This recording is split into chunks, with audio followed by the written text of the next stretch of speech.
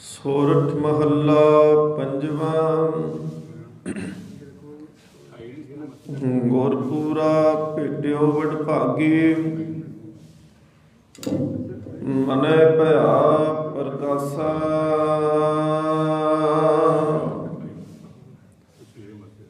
ਕੋਇ ਨਾ ਪਹੁੰਚਨ ਹਾਰਾ ਦੂਜਾ, ਆਪਣੇ ਸਾਹਿਬ ਕਾ ਪਰਭਾਸਾ।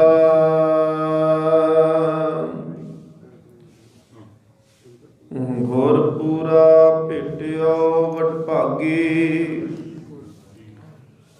ਮਨ ਹੈ ਭਇਆ ਪ੍ਰਗਾਸਾ।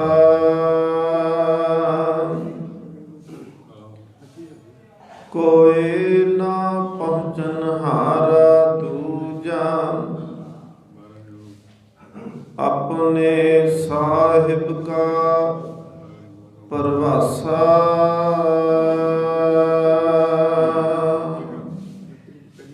ਵਾਹਿਗੁਰੂ ਜੀ ਕਾ ਖਾਲਸਾ, ਵਾਹਿਗੁਰੂ ਜੀ ਕੀ ਫਤਿਹ।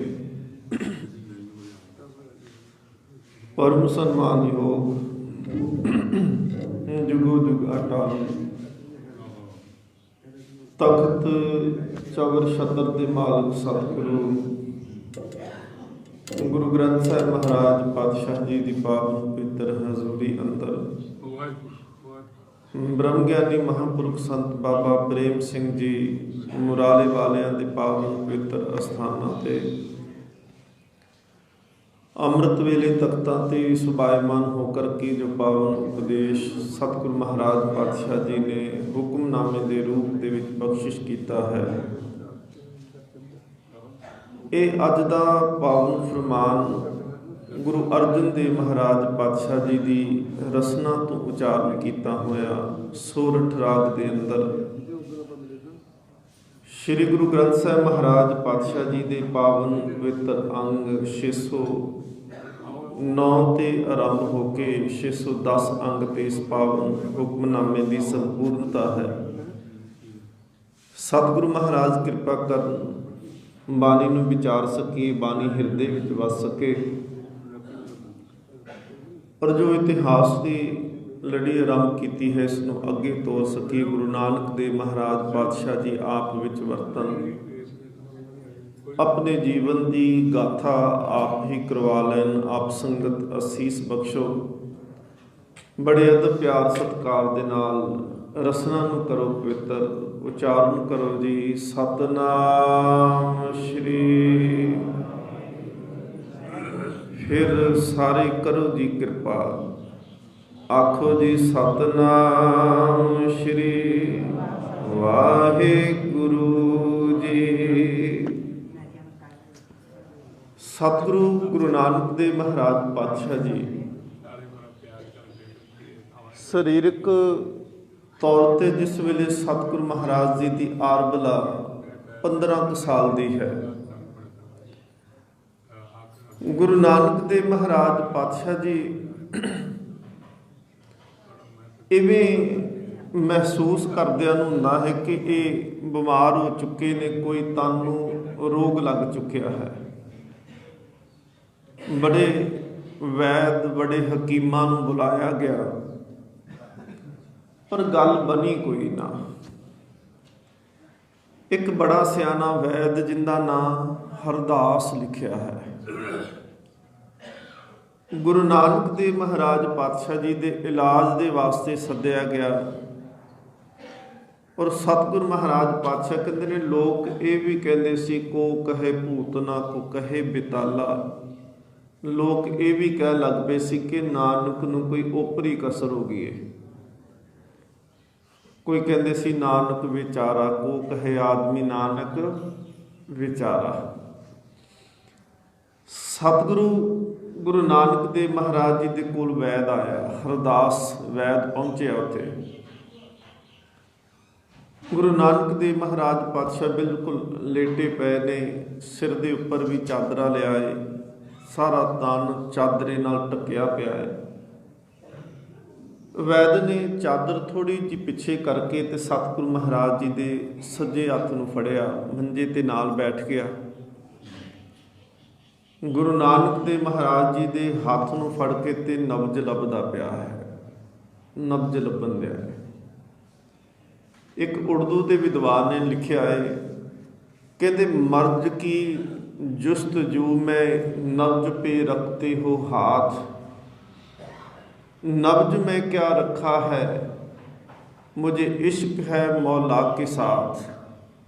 कहते जिस जुस्तजू वास्ते, जिस कोशिश वास्ते, जिस इलाज वास्ते तू मेरी नब्ज के उत्ते हथ रखता है, कहते मैनू सचमुच मेरे अंदर दर्द है, मुझे दर्द इश्क है। पर कहते ये कोई आम नहीं, ये इश्क मजाजी नहीं, ये इश्क हकीकी है। मुझे दर्द इश्क है मौला के साथ। कहते वैद ने बाँह फड़ी, गुरबाणी दे विच सतगुरु महाराज जी के बचन ने। सतगुरु महाराज पातशाह कहते ने वैद बुलाया वैदगी पकड़ टंडोले बाँह, बाँह फड़ के उन्हें नब्ज लभनी शुरू की। सतगुरु महाराज पातशाह जी ने अगे बचन कहा कि भोला वैद ना जान नहीं। भोला कहते ना समझ बंदिया, तेनू इस गल की समझ कोई नहीं आनी, तू नब्ज फड़ के तू लभदा जिस मर्ज नूं पिया है, जिस रोग नूं पिया है, असल दे विच ओह रोग नब्ज दे विच नहीं आ। भोला वैद ना जानई करक करेजी माहे, असल दे विच दर्द ते कहते मेरे सीने मेरे दिल दे अंदर है। सतगुरु महाराज पातशाह जी ने पूछा, कहन लगे वैद जी की करते पे हो, मूँह के उपरों चादर पिछे की। कह लगा मैं देखता पिया हाँ कि तेरे अंदर रोग केड़ा है। अक्सर जो वैद लोग डॉक्टर तो चलो वैसे ही नब्ज देखते हैं ना कि हार्ट बीट साडी बीट किन्नी क चलती पई है, किन्नी क वारी नब्ज पंप करती है शरीर नूं। ਜਿਹੜੇ वैद सी वो की करते सी कि 3 ਉਂਗਲਾਂ रखते हुंदे सी नब्ज के उपर। पहलियां 3 ਉਂਗਲਾਂ नब्ज के उपर रख लैनियां। उनके भाव हुंदे सी कि जे तो पहली ਉਂਗਲ थले नब्ज चलती हुई दिखाई दवे फिर पित्त है, जे दूसरी थले चले तो कफ है, जे तीसरी थले चले तो वायु का रोग है। ये 3 तरह के रोग वैद मानते हैं कि शरीर का जिस वेले संतुलन विगड़ता है, शरीर दे विच पित्त वध जाती, पित्त कहते हैं गर्मी नूं, कफ कहते हैं बलगम नूं, सर्दी वध जाती है, वायु कहते हैं हवा रोग, वायु गैस के रोग होण लग पैंदे आ। वो असल दे विच देखना चाहुंदा सी कि रोग किहड़ी किस्म दा है। तो सतगुरु महाराज पातशाह जी ने कहा कि वैद जी की करते पे हो। कहते मैं तेरी नब्ज देख के रोग की पछाण करदा है कि रोग किहड़ा है। गुरबाणी इस गल की पुष्टि करती है कि कला डॉक्टर नूं इस चीज़ का ना कला ज्ञान होवे कि रोग ही दसना आउंदा होवे, इलाज कोई भी ना होवे, जां कला इलाज पता होवे पर रोग की समझ ही ना होवे, ये दोनों ही कामयाब नहीं। रोग दारू दोवें बुझे तां वैद सुजान। सतगुरु महाराज पातशाह जी ने उत्थे क्या कहन लगे, असल दे विच रोग पता किवें पैदा होया। कहंदे जी किवें हुंदा पैदा। सतगुरु महाराज कहंदे ने खसम विसार किए रस भोग। ਜਦੋਂ ਕਹਿੰਦੇ ਖਸਮ ਨੂੰ ਭੁੱਲ ਜਾਈਏ, ਜਦੋਂ ਮਾਲਕ ਦੀ ਯਾਦ ਹਿਰਦੇ ਵਿੱਚ ਭੁੱਲ ਜੇ, ਜਦੋਂ ਰੱਬ ਦਾ ਚੇਤਾ ਆਉਣਾ ਭੁੱਲ ਜੇ, ਉਦੋਂ ਕਹਿੰਦੇ ਸਰੀਰ 'ਚ ਰੋਗ ਪੈਦਾ ਹੋਣ ਲੱਗ ਪੈਂਦੇ ਆ। ਜਦੋਂ ਗੁਰਦੁਆਰੇ ਆਉਣਾ ਭੁੱਲ ਜੇ, ਜਦੋਂ ਨਿਤਨੇਮ ਕਰਨਾ ਭੁੱਲ ਜੇ, ਜਦੋਂ ਸੰਗਤ ਵਿੱਚ ਬੈਠਣਾ ਭੁਲਾ ਦਈਏ। ਸਤਿਗੁਰੂ ਮਹਾਰਾਜ ਕਹਿੰਦੇ ਇਹ ਆ ਖਸਮ ਨੂੰ ਭੁੱਲਣਾ। ਜਿੱਥੇ ਜਾ ਕੇ ਗੁਰੂ ਦੀ ਯਾਦ ਆਉਣੀ। ਅਸਲ ਦੇ ਵਿੱਚ ਜਿੰਨੇ ਧਰਮ ਮੰਦਰ ਬਣਾਏ ਗਏ, ਭਾਵੇਂ ਉਹ ਗੁਰਦੁਆਰੇ ਨੇ, ਚਰਚ ਨੇ, ਮੰਦਰ ਨੇ, ਮਸਜਿਦ ਨੇ, ਗਿਰਜਾ ਘਰ ਨੇ, ਕੁਛ ਵੀ ਹੈ, ਇਹ ਅਸਲ ਦੇ ਵਿੱਚ ਇਸ ਕਰਕੇ ਬਣਾਏ ਗਏ ਸੀ ਕਿ ਇੱਥੇ ਜਾ ਕੇ ਤੈਨੂੰ ਰੱਬ ਦੀ ਯਾਦ ਆਉਣ ਲੱਗ ਪਏ। ਤੇ ਜਦੋਂ ਰੱਬ ਦੀ ਯਾਦ ਆਉਣ ਨਹੀਂ ਲੱਗ ਪਈ, ਲਗਾਤਾਰ ਇਹ ਸ਼ੁਰੂ ਹੋ ਜੇ, ਤੇ ਸਤਿਗੁਰੂ ਮਹਾਰਾਜ ਕਹਿੰਦੇ ਫਿਰ ਹਰ ਹਿਰਦਾ ਗੁਰਦੁਆਰਾ ਹੈ, ਹਰ ਹਿਰਦਾ ਮੰਦਰ ਹੈ, ਹਰ ਹਿਰਦਾ ਅੱਲਾਹ ਖੁਦਾ ਦਾ ਘਰ ਬਣ ਜਾਂਦਾ ਹੈ। ਹੁਣ ਸਤਿਗੁਰੂ ਮਹਾਰਾਜ ਪਾਤਸ਼ਾਹ ਕਹਿੰਦੇ ਨੇ ਖਸਮ ਵਿਸਾਰ ਕੀਏ ਰਸ ਭੋਗ। ਰੱਬ ਨੂੰ ਭੁੱਲ ਕੇ ਬੜੇ ਰਸ ਲਏ, ਬੜੇ ਸਵਾਦ ਲਏ, ਹਰੇਕ ਚੀਜ਼ ਦਾ ਸਵਾਦ ਨੂੰ ਚਖਿਆ। ਗੁਰੂ ਨਾਨਕ ਦੇਵ ਮਹਾਰਾਜ ਜੀ ਦੀ ਬਾਣੀ ਦੀ ਆਰੰਭਤਾ ਹੁੰਦੀ ਹੈ ਨਾ, ਜਦੋਂ ਸ੍ਰੀ ਰਾਗ ਤੋਂ ਸਤਿਗੁਰੂ ਮਹਾਰਾਜ ਕਰਦੇ ਨੇ, ਉਹਦੇ ਵਿੱਚ ਸਤਿਗੁਰੂ ਮਹਾਰਾਜ ਸਵਾਦਾਂ ਦੀ ਗੱਲ ਕੀਤੀ ਹੈ, ਰਸਾਂ ਦੀ ਗੱਲ ਕੀਤੀ ਹੈ। ਸਤਿਗੁਰੂ ਮਹਾਰਾਜ ਕਹਿੰਦੇ ਨੇ ਰਸ ਸੋਇਨਾ ਰਸ ਰੂਪਾ, ਕਾਮਨ ਰਸ ਪਰਮਲ ਕੀ ਵਾਸ, ਰਸ ਘੋੜੇ ਰਸ ਸੇਜਾਂ ਮੰਦਰ, ਰਸ ਮਿੱਠਾ ਰਸ ਮਾਸ, ਰਸ ਇਤੇ ਰਸ ਸਰੀਰ ਕੇ ਕਹਿ ਘਟ ਨਾਮ ਨਿਵਾਸ। ਸਤਿਗੁਰੂ ਮਹਾਰਾਜ ਨੇ ਸਵਾਦ ਗਿੰਦਿਆਂ ਗਿੰਦਿਆਂ ਅਖੀਰ ਤੇ ਸਤਿਗੁਰੂ ਮਹਾਰਾਜ ਕਹਿੰਦੇ ਨੇ ਇਤੇ ਰਸ ਸਰੀਰ ਕੇ। ਕਿੰਨੇ ਕਹਿੰਦੇ ਤੂੰ ਸਵਾਦ ਲੈ ਕੇ ਬੈਠਾ ਹੈ, ਪਰਿਵਾਰ ਦਾ ਸਵਾਦ ਏ, ਪੁੱਤਰਾਂ ਧੀਆਂ ਦੇ ਰਿਸ਼ਤੇ ਦਾ ਸਵਾਦ ਏ, ਘਰਵਾਲੀ ਦੇ ਰਿਸ਼ਤੇ ਦਾ ਸਵਾਦ ਏ, ਸੋਨੇ ਦਾ ਸਵਾਦ ਏ, ਚਾਂਦੀ ਦਾ ਸਵਾਦ ਏ। ਰਸ ਸੋਇਨਾ ਰਸ ਰੂਪਾ, ਰੂਪਾ ਕਹਿੰਦੇ ਨੇ ਚਾਂਦੀ ਨੂੰ, ਕਾਮਨ ਇਸਤਰੀ, ਕਾਮਨ ਰਸ ਪਰਮਲ ਕੀ ਵਾਸ। ਫਿਰ ਸਰੀਰ ਤੇ ਸੁਗੰਧੀਆਂ ਲਾਉਣ ਦੇ ਰਸ ਲੈਣਾ ਹੈ ਤੂੰ। ਸਤਿਗੁਰੂ ਮਹਾਰਾਜ ਪਾਤਸ਼ਾਹ ਕਹਿੰਦੇ ਨੇ ਰਸ ਮਿੱਠਾ ਰਸ ਮਾਸ, ਕੁਝ ਮਿੱਠਾ ਖਾ ਕੇ ਰਸ ਮਹਿਸੂਸ ਕਰਦੇ, ਕੋਈ ਸਲੂਣਾ, ਕੋਈ ਅਲੂਣਾ, ਕੋਈ ਕਿਸੇ ਤਰੀਕੇ ਦਾ, ਕੋਈ ਮਾਸ ਦਾ। ਸਤਿਗੁਰੂ ਮਹਾਰਾਜ ਕਹਿੰਦੇ ਨੇ ਇਤੇ ਰਸ ਸਰੀਰ ਕੀ ਕਹਿ ਘਟ ਨਾਮ ਨਿਵਾਸ। ਇਹ ਸਭ ਸਵਾਦ ਨੇ ਤੇ ਸਵਾਦਾਂ ਦੇ ਵਿੱਚ ਫਸ ਕੇ ਸਤਿਗੁਰੂ ਮਹਾਰਾਜ ਕਹਿੰਦੇ ਨੇ ਪਰਮਾਤਮਾ ਭੁੱਲਦਾ ਹੈ। ਤੇ ਜਿਸ ਵੇਲੇ ਪਰਮਾਤਮਾ ਭੁੱਲ ਜਾਂਦਾ ਸਤਿਗੁਰੂ ਮਹਾਰਾਜ ਕਹਿੰਦੇ ਸਰੀਰ ਦੇ ਵਿੱਚੋਂ ਰੋਗ ਪੈਦਾ ਹੋਣ ਲੱਗ ਪੈਂਦੇ ਆ। ਜਿਵੇਂ ਸਤਿਗੁਰੂ ਗੁਰੂ ਅਰਜਨ ਦੇਵ ਮਹਾਰਾਜ ਪਾਤਸ਼ਾਹ ਕਹਿੰਦੇ ਨੇ ਆ ਮਹੀਨਾ ਚੱਲਦਾ ਪਿਆ ਕੱਤਕ, ਕੱਤਕ ਕਰਮ ਕਮਾਵਨੇ, ਦੋਸ਼ ਨਾ ਕਾਹੂ ਜੋਗ, ਪਰਮੇਸ਼ਰ ਤੇ ਭੁੱਲਿਆ। ਤੇ ਸਤਿਗੁਰੂ ਮਹਾਰਾਜ ਕਹਿੰਦੇ ਜਦੋਂ ਭੁੱਲ ਜਾਈਏ ਫਿਰ ਕੀ ਹੁੰਦਾ, ਵਿਆਪਨ ਸਭੇ, ਇੱਕ ਅੱਧਾ ਨਹੀਂ, ਸਭੇ ਰੋਗ, ਬਹੁਤ ਸਾਰੇ ਰੋਗ ਲੱਗ ਜਾਂਦੇ ਆ। ਸਤਿਗੁਰੂ ਮਹਾਰਾਜ ਪਾਤਸ਼ਾਹ ਨੇ ਉੱਥੇ ਫਿਰ ਬਚਨ ਕਹਿਣ ਲੱਗੇ ਖਸਮ ਵਿਸਾਰ ਕੀਏ ਰਸ ਭੋਗ, ਤਉ ਤਨ ਉੱਠ ਖਲੋਏ ਰੋਗ। ਸਤਿਗੁਰੂ ਮਹਾਰਾਜ ਪਾਤਸ਼ਾਹ ਕਹਿੰਦੇ ਰੱਬ ਨੂੰ ਭੁੱਲ ਕੇ ਰੋਗ ਪੈਦਾ ਹੋਏ। ਉਹਨੇ ਕਿਹਾ ਕਿ ਫਿਰ ਜੇ ਤੁਹਾਨੂੰ ਰੋਗ ਦਾ ਪਤਾ ਹੈ ਤੇ ਇਲਾਜ। ਸਤਿਗੁਰੂ ਮਹਾਰਾਜ ਕਹਿੰਦੇ ਨੇ ਦੁੱਖ ਮੋਹਰਾ ਮਾਰਨ ਵਿੱਚ ਨਾਉ, ਮਾਰਨ ਕਹਿੰਦੇ ਨੇ ਮਸਾਲਿਆਂ ਨੂੰ, ਮਾਰਨ ਕਹਿੰਦੇ ਨੇ ਬੂਟਿਆਂ ਨੂੰ। ਸਤਿਗੁਰੂ ਮਹਾਰਾਜ ਕਹਿੰਦੇ ਨੇ ਦੁੱਖ ਜਿਹੜਾ ਹੈ ਇਹ ਜ਼ਹਿਰ ਹੈ। ਗੁਰੂ ਨਾਨਕ ਦੇਵ ਮਹਾਰਾਜ ਵੈਦ ਨੂੰ ਸਤਿਗੁਰੂ ਮਹਾਰਾਜ ਕਦੀ ਉਪਦੇਸ਼ ਅਲਫ ਬੇਦ ਤੁਮ ਹਮ ਲਿਖ ਦੇਨਾ, ਅਲਫ ਅਰਥ ਮਾਇਨੇ ਤੁਮ ਨਾ ਚੀਨਾ। ਸਤਿਗੁਰੂ ਉਹਨਾਂ ਨੂੰ ਉਪਦੇਸ਼ ਦਿੱਤਾ, ਕਿਸੇ ਨੂੰ 35 ਅੱਖਰੀ ਰਾਹੀਂ ਦਿੱਤਾ, ਪੱਟੀ ਲਿਖ ਕੇ ਦੇ ਦਿੱਤਾ, ਕਿਸੇ ਨੂੰ ਜਨੇਊ ਪਾਉਣ ਲੱਗਿਆ ਉਪਦੇਸ਼ ਦਿੱਤਾ। ਹੁਣ ਵੈਦ ਸਤਿਗੁਰੂ ਮਹਾਰਾਜ ਜੀ ਦੇ ਕੋਲ ਆਇਆ ਤੇ ਸਤਿਗੁਰੂ ਮਹਾਰਾਜ ਕਹਿੰਦੇ ਨੇ ਅਸਲ ਦੇ ਵਿੱਚ ਦੁੱਖ ਜ਼ਹਿਰ ਏ। ਤੇ ਪਰ ਕਹਿੰਦੇ ਜੇ ਜ਼ਹਿਰ ਨੂੰ ਸਿੱਧਾ ਖਾਧਾ ਜਾਵੇ ਤਾਂ ਇਨਸਾਨ ਮਰ ਜਾਂਦਾ ਹੈ। ਹੁਣ ਵੈਦ ਲੋਕ ਕੀ ਕਰਦੇ ਨੇ ਕਿ 5-6 ਤਰ੍ਹਾਂ ਦੇ ਜ਼ਹਿਰ ਮੰਨੇ ਜਾਂਦੇ ਨੇ। ਸੈਂਖੀਆ ਮੰਨਿਆ ਜਾਂਦਾ ਹੈ, ਕਚਰਕਾ ਮੰਨਿਆ ਜਾਂਦਾ ਹੈ, ਪਾਰਾ ਮੰਨਿਆ ਜਾਂਦਾ ਹੈ, ਅਬਰਕ ਮੰਨਿਆ ਜਾਂਦਾ ਹੈ। ਇਸ ਤਰੀਕੇ ਦੇ ਨਾਲ 5-6 ਜ਼ਹਿਰ ਮੰਨੇ ਜਾਂਦੇ ਨੇ। ਔਰ ਉਹਨਾਂ ਜ਼ਹਿਰਾਂ ਨੂੰ ਜੇਕਰ ਕੋਈ ਸਿੱਧਾ ਖਾ ਲਵੇ ਤੇ ਉਹਦੀ ਮੌਤ ਹੋ ਜਾਂਦੀ ਹੈ। ਪਰ ਵੈਦ ਲੋਕ ਕੀ ਕਰਦੇ ਕਿ ਉਹਦੇ ਵਿੱਚ ਕਈ ਤਰ੍ਹਾਂ ਦੀਆਂ ਬੂਟੀਆਂ ਪਾਉਂਦੇ ਨੇ, ਕਈ ਤਰ੍ਹਾਂ ਦੇ ਮਸਾਲੇ ਪਾਉਂਦੇ ਨੇ, ਉਹਨੂੰ ਕਈ ਦਿਨ ਭੱਠੀ ਦੇ ਵਿੱਚ ਰੱਖਦੇ ਨੇ, ਉਹਦੇ ਵਿੱਚ ਉਬਾਲਦੇ ਨੇ, ਉਹਨੂੰ ਸਾੜਦੇ ਨੇ ਔਰ ਦਵਾਈਆਂ ਪਾ ਪਾ ਕੇ ਉਹਨੂੰ ਰਗੜਦੇ ਨੇ। ਤੇ ਫਿਰ ਉਹੀ ਜ਼ਹਿਰ ਜਿਹੜਾ ਹੈ ਉਹ ਅੰਮ੍ਰਿਤ ਦਾ ਕੰਮ ਕਰਨ ਲੱਗ ਪੈਂਦਾ ਹੈ ਔਰ ਬੜੀ ਉੱਤਮ ਦਵਾਈ ਬਣ ਜਾਂਦਾ ਹੈ। ਸਤਿਗੁਰੂ ਮਹਾਰਾਜ ਪਾਤਸ਼ਾਹ ਕਹਿੰਦੇ ਨੇ ਦੁੱਖ ਮੋਹਰਾ ਮਾਰਨ ਵਿੱਚ ਨਾਉ। ਮਾਰਨ ਕਿਹਾ ਕਿ ਇੱਥੇ ਬੂਟੀਆਂ, ਕਹਿੰਦੇ ਜੇ ਦੁੱਖ ਜ਼ਹਿਰ ਦਾ ਕੰਮ ਕਰਦਾ ਪਿਆ ਤੇ ਪਰਮਾਤਮਾ ਦਾ ਨਾਮ ਉੱਥੇ ਬੂਟੀਆਂ ਦਾ ਕੰਮ ਕਰਦਾ ਪਿਆ ਹੈ। ਸਤਿਗੁਰੂ ਮਹਾਰਾਜ ਪਾਤਸ਼ਾਹ ਨੇ ਕਿਹਾ ਇਹ ਬੂਟੀਆਂ ਪਾ ਕੇ ਤੇ ਕਹਿੰਦੇ ਜਦੋਂ ਇਸ ਜ਼ਹਿਰ ਨੂੰ ਮਾਰ ਦੇਗਾ ਫਿਰ ਤੇਰੇ ਅੰਦਰੋਂ ਜਨਮ ਮਰਨ ਦਾ ਭੈ ਵੀ ਮੁੱਕ ਜਾਏਗਾ। ਸਤਿਗੁਰੂ ਮਹਾਰਾਜ ਪਾਤਸ਼ਾਹ ਜੀ ਨੇ ਉੱਥੇ ਉਹਨੂੰ ਉਪਦੇਸ਼ ਦਿੱਤਾ ਵੈਦ ਹਰਦਾਸ ਨੂੰ। ਗੁਰੂ ਨਾਨਕ ਦੇਵ ਮਹਾਰਾਜ ਪਾਤਸ਼ਾਹ ਜੀ ਦੀ ਹੁਣ ਸਰੀਰਕ ਆਰਬਲਾ ਹੈ 18 ਕੁ ਸਾਲ। ਹੁਣ ਪਿਤਾ ਮਹਿਤਾ ਕਾਲੂ ਜੀ ਦੇਖਿਆ ਕਿ ਕੰਮ ਕੋਈ ਵੀ ਸਿਰੇ ਨਹੀਂ ਚਾੜਿਆ। ਜੇ ਸਕੂਲੇ ਭੇਜਿਆ, ਪੜ੍ਹਨ ਵਾਸਤੇ ਭੇਜਿਆ ਤੇ ਉੱਥੋਂ ਵਾਪਸ ਆ ਗਏ। ਉਹਨਾਂ ਨੇ ਹੱਥ ਜੋੜਤੇ ਕਿ ਅਸੀਂ ਨਾਨਕ ਨੂੰ ਨਹੀਂ ਪੜ੍ਹਾ ਸਕਦੇ। ਜੇ ਕਿਹਾ ਕਿ ਚੱਲ ਮੱਝੀਆਂ ਚਾਰ ਲੇਗਾ, ਛੇੜੀ ਬਣਾਇਆ ਤੇ ਉੱਥੇ ਲਾਮਾ ਆ ਗਿਆ ਕਿ ਖੇਤੀ ਖਾ ਗਿਆ, ਡੰਗਰ ਖੇਤੀ ਮਈਆਂ ਖਾ ਗਏ। ਸਤਿਗੁਰੂ ਮਹਾਰਾਜ ਪਾਤਸ਼ਾਹ ਜੀ ਦੇ ਵਾਸਤੇ ਹੁਣ ਪਿਤਾ ਕੀ ਸੋਚਦੇ ਕਿ ਕੋਈ ਕਾਰੋਬਾਰ ਕਰਵਾਇਆ ਜਾਵੇ।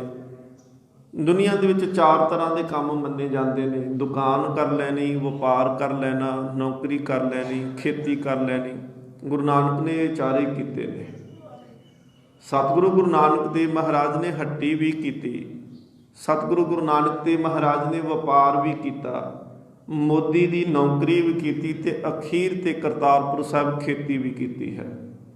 गुरु नानक देव महाराज पातशाह जी उन्होंने वपार दे विच अक्सर असी चलो ये तो गल कहने कि गुरु नानक देव जी ने सच्चा सौदा किया। वो सौदा करते किहड़ा सी असल दे विच, वपार किहड़ा करन वास्ते जांदे सी। गुरु नानक देव महाराज पातशाह उस वेले लूण का वपार करया करते सी। लूण का वपार जदों इतिहास पढ़िया जाता ना, जिस दिन सोना पेलिया का मिलाप होया सी गुरु नानक देव महाराज जी दे नाल, ते गुरु नानक देव महाराज ने उन्हें पूछया कि भाई तू काम की करदा? उन्हें कहा सी मैं वपार करदा है। गुरु नानक देव महाराज ने कहा किहड़ा वपार करदा है? कहंदा जी मैं लूण का वपार करदा है। लूण का वपार उस वेले बहुत वड्डा वपार मन्निया जांदा सी, सब तो वड्डा वपार सी। और उस लूण की वरतों जिहड़ी सी वो बरूद दे विच गोली सिक्का बनाउण दे विच भी कीती जांदी सी। बड़ा महंगा लूण उस वेले दा विकना।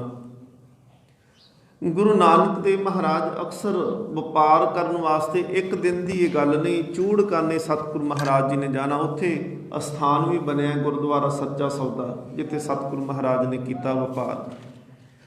एक दिन सतगुरु महाराज पातशाह जी पैसे लैके घरों गए। पिता जी ने चलो 20 रुपये कह जाते, उदों रुपये तो नहीं सी, उस वेले की चलो जिहड़ी भी करंसी चलती सी, कहा कि 20 रुपये लैके गए सतगुरु महाराज। कुछ दिन तो पहले वपार किया, पिता खुश सी कि चल चंगे राह लग गया है, अज पैसे ज़्यादा दे दिते। जो सतगुरु गुरु नानक देव महाराज चूड़काने पहुँचे, उत्थे कुछ अबदाली सी।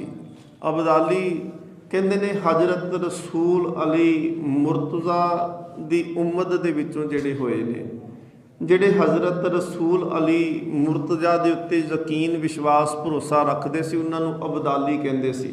कई कहते सी कि इन्हां दा अबदाल, इन्हां दा अग्गों वड्डा वडेरा होया है, उनके नां ते ये अबदाली होए ने। ये की करते सी कि ये राग दे विच गा करके खुदा दी अल्लाह दी सिफत करनी, इन्हां ने राग गाउणा। ते ये मानते सी कि कहंदे असल दे विच राग अल्लाह दी सद है, अल्लाह दा सुनेहा है, अल्लाह दी आवाज़ है। ते कहंदे जेड़ा उस आवाज़ नूं सुन के ते गश खा के डिग पे बेहोश हो जाए, ये उसका अगों सुनेहा प्राप्त हो गया समझ लो। उनके मन तक खुदा दी अल्लाह दी आवाज़ पहुँच जाए तो वह निढाल होकर डिग पे, जिन्हों सतगुरु महाराज पातशाह कहते हैं हार परे स्वामी के द्वारे दीजे बुद्ध बबेका। बाहरों सरीरक तौर पर नहीं बेहोश होया, अंदरों विकारां ने खैड़ा छड़ दिता तो शरण दे विच आ गया, रब की शरण च चले गया। हुण सतगुरु महाराज पातशाह जी ने जो उन्हां तो सुनिया, वो कीर्तन करते सी अपनी। कीर्तन के अर्थ कला असी कीर्तन जिहड़ा करदे ये नहीं, कीर्तन के अर्थ होंदे ने कि रब की कीर्ति करनी, रब की उस्तत वडियाई करी जानी। और ये बिना साजां तो भी हो सकती है तो साजां दे नाल भी हो सकती है। सारा दिन तुसीं वैगुरू वैगुरू करी जाओ। एक बड़े वधिया होए अमृतसर के रहने वाले सी, वपारी सी वो, तो उन्होंने पता की करया करना जी, हरमंदर साहब सवेरे जाना तो हुक्मनामा सुन के आना। दुकान का उन्होंने काम सी, जो सारा दिन गाहक आने ना, उन्होंने गाहक नूं बिठा लेना, सौदे की लिस्ट लैके, तो जिहड़े नाल उत्थे दुकान ते हुंदे सी नौकर, उन्होंने दे देनी भई आ सौदा कढ़ दो। तो जिन्नी क देर च उन्हें सौदा कढ़ना, उन्नी क देर च उन्होंने फिर गल कर लग पैनी कि अज मैं गया सी दरबार साहब, तो गुरु रामदास जी ने कृपा करके आ हुक्मनामा अज बख्शिश किया है। उन्होंने हरेक नूं वो हुक्मनामा सुनाउणा।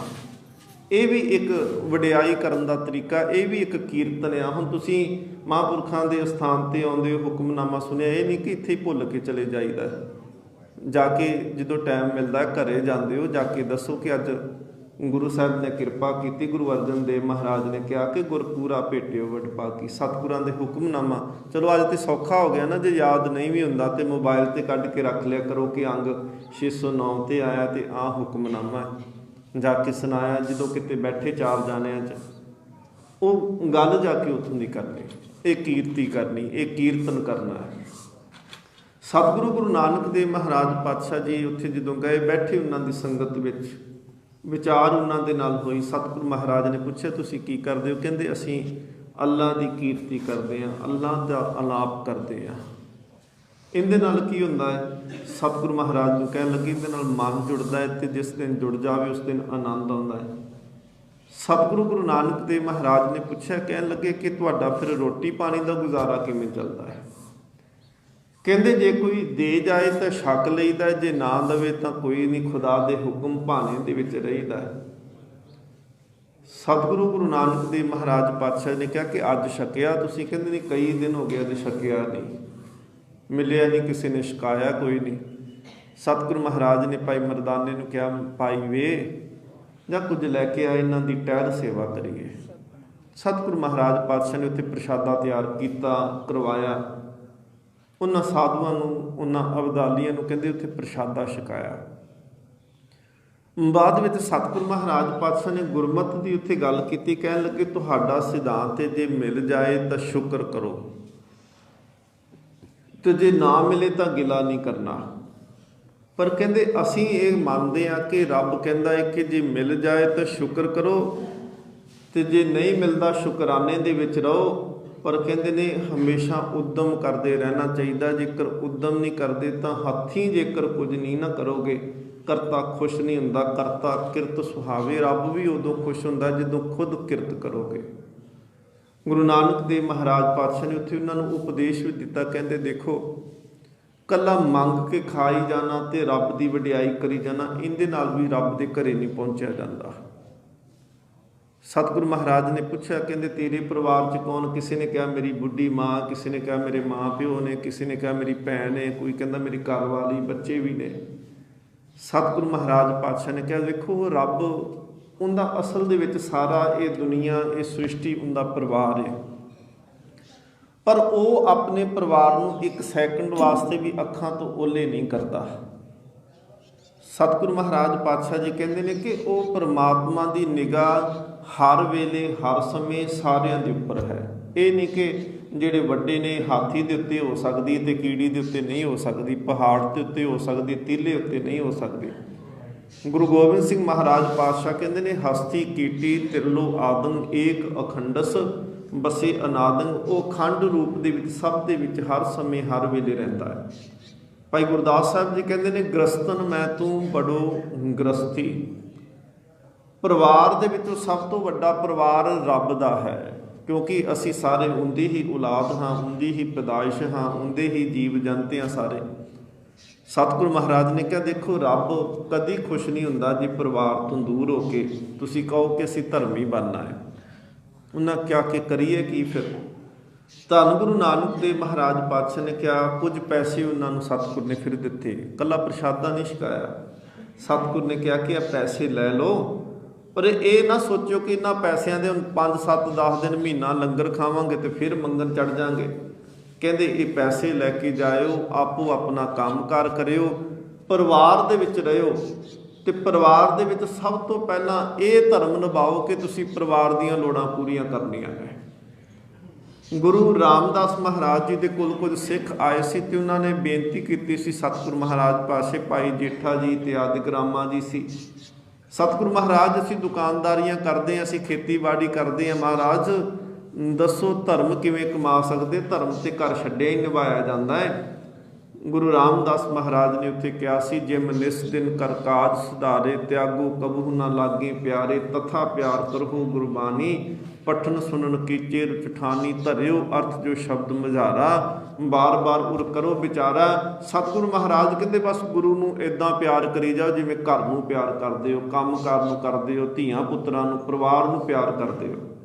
ਕਹਿੰਦੇ ਗੁਰੂ ਨੂੰ ਵੀ ਇੱਦਾਂ ਪਿਆਰ ਕਰੋ, ਬਾਣੀ ਨੂੰ ਵੀ ਇੱਦਾਂ ਪਿਆਰ ਕਰੋ, ਔਰ ਧਰਿਓ ਅਰਥ ਜੋ ਸ਼ਬਦ ਮਝਾਰਾ, ਬਾਰ ਬਾਰ ਉਰ ਕਰੋ ਵਿਚਾਰਾ। ਜੋ ਵਿੱਚ ਅਰਥ ਰੱਖਿਆ ਗਿਆ ਹੈ ਉਸ ਦੀ ਵਿਚਾਰ ਕਰਨੀ ਕਰੋ। ਸਤਿਗੁਰੂ ਮਹਾਰਾਜ ਨੇ ਉੱਥੇ ਉਹਨਾਂ ਨੂੰ ਘਰਾਂ ਨੂੰ ਤੋਰਿਆ, ਕਿਹਾ ਕਿ ਜਾਓ ਪਰਿਵਾਰ ਦੇ ਵਿੱਚ। ਹੁਣ ਜਿੰਦਾ ਬਜ਼ੁਰਗ ਮਾਂ ਪਿਓ ਦਾ ਪੁੱਤਰ ਵਾਪਸ ਕਈ ਸਾਲਾਂ ਪਿੱਛੋਂ ਪਰਤ ਕੇ ਆ ਗਿਆ, ਉਹਦੀ ਖੁਸ਼ੀ ਦੀ ਹੱਦ ਕੀ ਹੋਵੇਗੀ?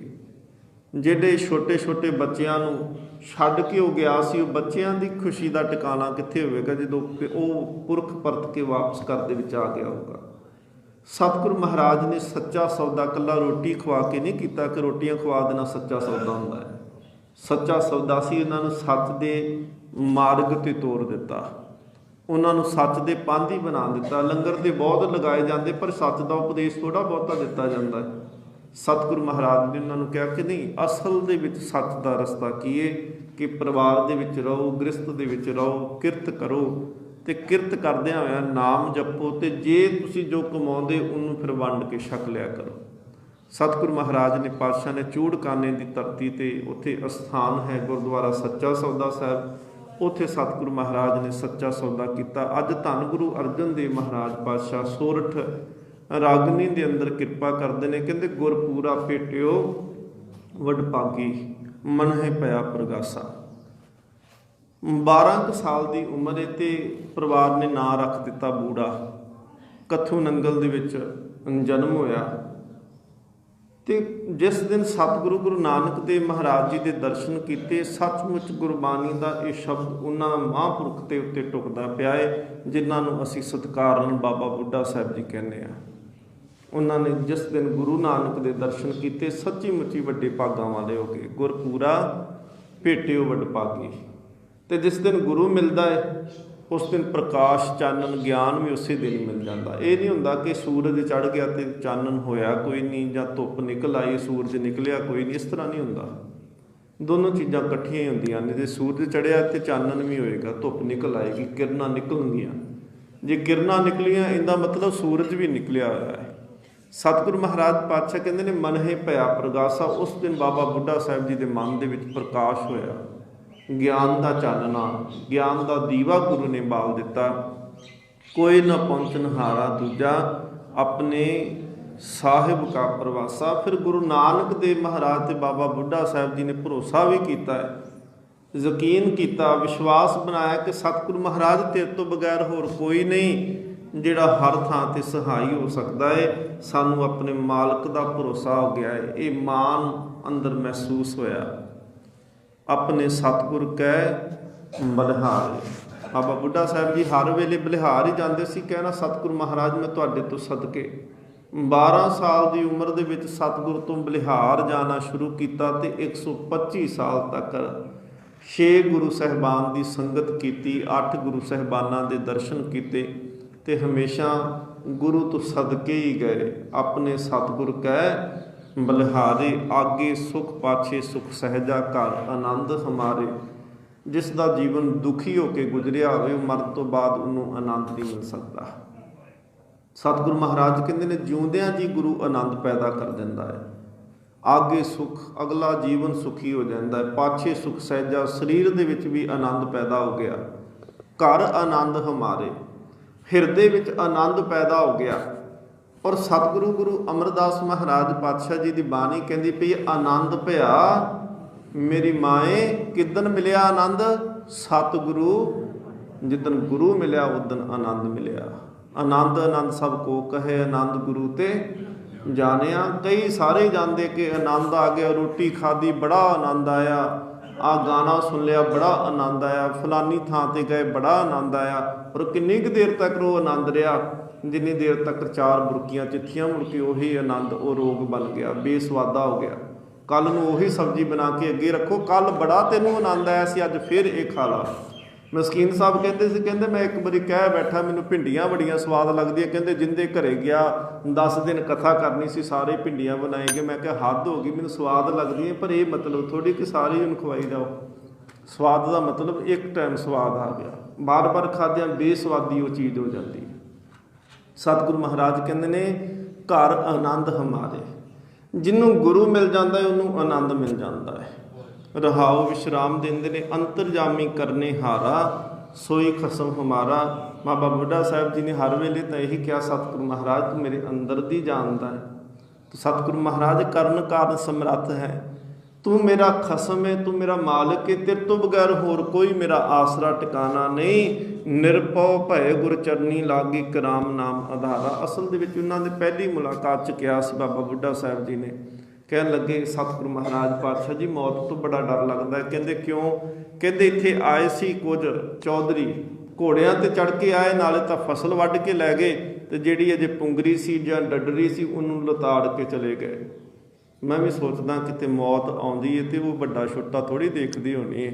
ਸਤਿਗੁਰੂ ਮਹਾਰਾਜ ਕਿਰਪਾ ਕਰੋ ਮੌਤ ਦਾ ਡਰ ਲੱਥ ਜੇ। ਤੇ ਗੁਰੂ ਸਾਹਿਬ ਕਹਿ ਰਹੇ ਨੇ ਨਿਰਭਉ ਭਏ ਗੁਰ ਚਰਨੀ ਲਾਗੇ। ਜਿਹੜੇ ਗੁਰੂ ਦੇ ਚਰਨਾਂ ਨਾਲ ਲੱਗ ਗਏ ਉਹ ਹਮੇਸ਼ਾ ਵਾਸਤੇ ਨਿਰਭਉ ਹੋ ਗਏ, ਉਹਨਾਂ ਤੇ ਮੌਤ ਦਾ ਡਰ ਕੋਈ ਨਹੀਂ। 125 ਸਾਲ ਗੁਰੂ ਸਾਹਿਬ ਦੀ ਸ਼ਰਨ ਵਿੱਚ ਰਹੇ, ਕਿੱਥੇ ਮੌਤ ਦਾ ਡਰ। ਮੁੜ ਕੇ ਉਹਨਾਂ ਨੇ ਕਿਹਾ ਕਦੀ ਸਤਿਗੁਰੂ ਮਹਾਰਾਜ ਬਚਾ ਲਓ। ਹੁਣ ਪਤਾ ਸੀ ਕਿ ਜਿੰਦਾ ਹੁਕਮ ਜਮਾ ਦੇ ਉੱਤੇ ਚੱਲਦਾ, ਮੈਂ ਤਾਂ ਉਹਦੀ ਸ਼ਰਨ ਦੇ ਵਿੱਚ ਹਾਂ। ਇੱਕ ਰਾਮ ਨਾਮ ਆਧਾਰਾ, ਹੁਣ ਆਸਰਾ ਕਹਿੰਦੇ ਨਾਮ ਬਣ ਗਿਆ।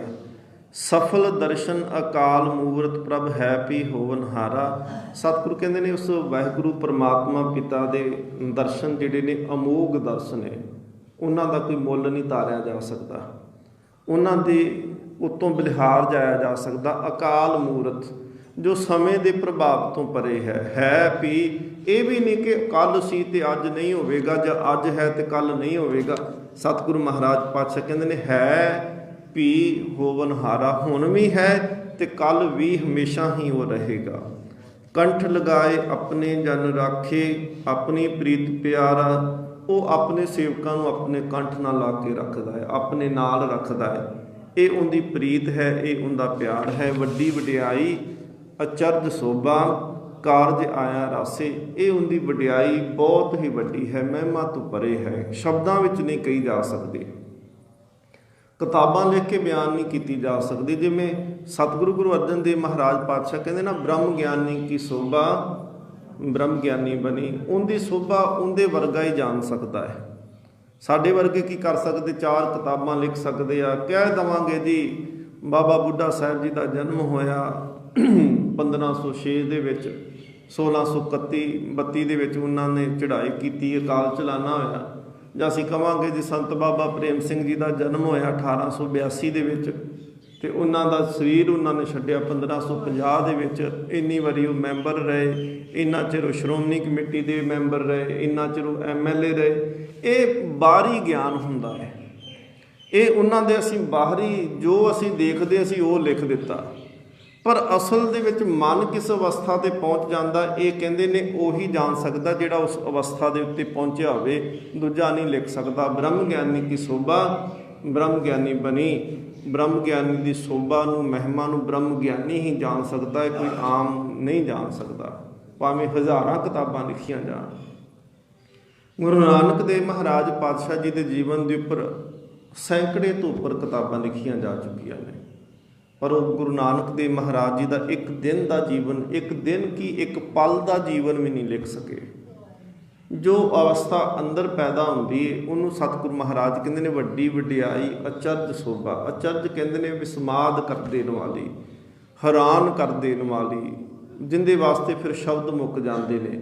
ਸਤਿਗੁਰੂ ਕਹਿੰਦੇ ਨੇ ਕਾਰਜ ਆਇਆ ਰਾਸੇ, ਤੇ ਜੀਵਨ ਦਾ ਕਾਰਜ ਰਾਸ ਹੋ ਜਾਂਦਾ ਹੈ। ਕਾਰਜ ਕੀ ਰਾਸ ਹੋ ਜਾਂਦਾ ਹੈ, ਬਹੁਤ ਜਨਮ ਬਿਸ਼ਰੇ ਥੇ ਮਾਦੋ ਇਹ ਜਨਮ ਤੁਮਾਰੇ ਲੇਖੇ। ਆ ਕਾਰਜ ਰਾਸ ਹੋ ਗਿਆ। ਨਾਨਕ ਕਉ ਗੁਰ ਪੂਰਾ ਭੇਟਿਓ ਸਗਲੇ ਦੁਖ ਬਿਨਾਸੇ। ਬਾਬਾ ਬੁੱਢਾ ਸਾਹਿਬ ਅਰਦਾਸ ਕਰਦੇ ਆ, ਧੰਨ ਗੁਰੂ ਨਾਨਕ ਦੇਵ ਮਹਾਰਾਜ ਤੁਹਾਡੇ ਦਰਸ਼ਨ ਹੋਏ, ਮੇਰੇ ਅੰਦਰਲੇ ਦੁੱਖ ਨਾਸ਼ ਹੋ ਗਏ। ਸਤਿਗੁਰੂ ਮਹਾਰਾਜ ਤੁਸੀਂ ਮੇਰਾ ਜਨਮ ਮਰਨ ਮੇਟ ਦਿੱਤਾ। ਐਸੇ ਬ੍ਰਹਮ ਗਿਆਨੀ ਦਾ ਜਨਮ ਦਿਹਾੜਾ ਸਤਿਗੁਰੂ ਮਹਾਰਾਜ ਪਾਤਸ਼ਾਹ ਕਹਿੰਦੇ ਉਹ ਜਨਮ ਮਰਨ ਦੋਹੂ ਮੈਂ ਨਾਹੀ, ਜਨ ਪਰਉਪਕਾਰੀ ਆਏ। ਜੀ ਦਾਨ ਦੇ ਭਗਤੀ ਲਾਇਨ ਹਰਸਿਓ ਲੈਨ ਮਿਲਾਏ। ਉਹ ਹਮੇਸ਼ਾ ਹੀ ਸੰਸਾਰ 'ਤੇ ਰਹਿੰਦੇ ਆ, ਉਹਨਾਂ ਦੇ ਅਸਥਾਨ ਜੁਗੋ ਜੁਗ ਅਟੱਲ ਹੁੰਦੇ ਆ। ਪਹਿਲੋਂ ਤਾਂ ਸਰੀਰ ਦੇ ਬੰਧਨਾਂ ਦੇ ਵਿੱਚ ਹੁੰਦੇ ਨੇ, ਜਿਹੜਾ ਇੱਥੇ ਬੈਠਾ ਉਹ ਦੂਸਰੀ ਥਾਂ 'ਤੇ ਨਹੀਂ ਹੋ ਸਕਦਾ, ਪਰ ਜਿਸ ਦਿਨ ਉਹ ਸਰੀਰ ਛੱਡ ਦਿੰਦੇ ਨੇ ਉਹ ਵਿਆਪਕ ਹੋ ਜਾਂਦੇ ਨੇ। ਜਿਵੇਂ ਹਵਾ ਵਿਆਪਕ ਹੈ, ਚੰਦ ਤਾਰੇ ਵਿਆਪਕ ਹੋ ਜਾਂਦੇ ਨੇ, ਸੂਰਜ ਵਿਆਪਕ ਹੈ। ਜੇ ਇੱਥੇ ਦੇਖਦੇ ਹਾਂ ਤਾਂ ਇੱਥੇ ਵੀ ਦਿਸਦਾ, ਤੇ ਜੇ ਕਿਸੇ ਹੋਰ ਸ਼ਹਿਰ 'ਚ ਜਾ ਕੇ ਦੇਖੋ ਉੱਥੇ ਵੀ ਦਿਸਦਾ ਪਿਆ। ਉਹ ਵਿਆਪਕ ਰੂਪ ਦੇ ਵਿੱਚ ਹੋ ਜਾਂਦੇ ਨੇ। ਸਤਿਗੁਰੂ ਮਹਾਰਾਜ ਪਾਤਸ਼ਾਹ ਕਿਰਪਾ ਰਹਿਮਤ ਕਰਨ, ਨਾਮ ਜਪਦਿਆਂ ਜੀਵਨ ਸਫਲਾ ਹੋ ਜਾਵੇ। ਬੋਲਦਿਆਂ ਹੋਈਆਂ ਬੇਅੰਤ ਭੁੱਲਾਂ ਦੀ ਖਿਮਾ। ਬੁਲਾਓ ਫਤਿਹ ਆਖੋ ਜੀ। ਵਾਹਿਗੁਰੂ ਜੀ ਕਾ ਖਾਲਸਾ, ਵਾਹਿਗੁਰੂ ਜੀ ਕੀ ਫਤਿਹ। ਵਾਹਿਗੁਰੂ ਜੀ ਕੀ ਫਤਿਹ। ਵਾਹਿਗੁਰੂ ਜੀ ਕੀ ਫਤਿਹ।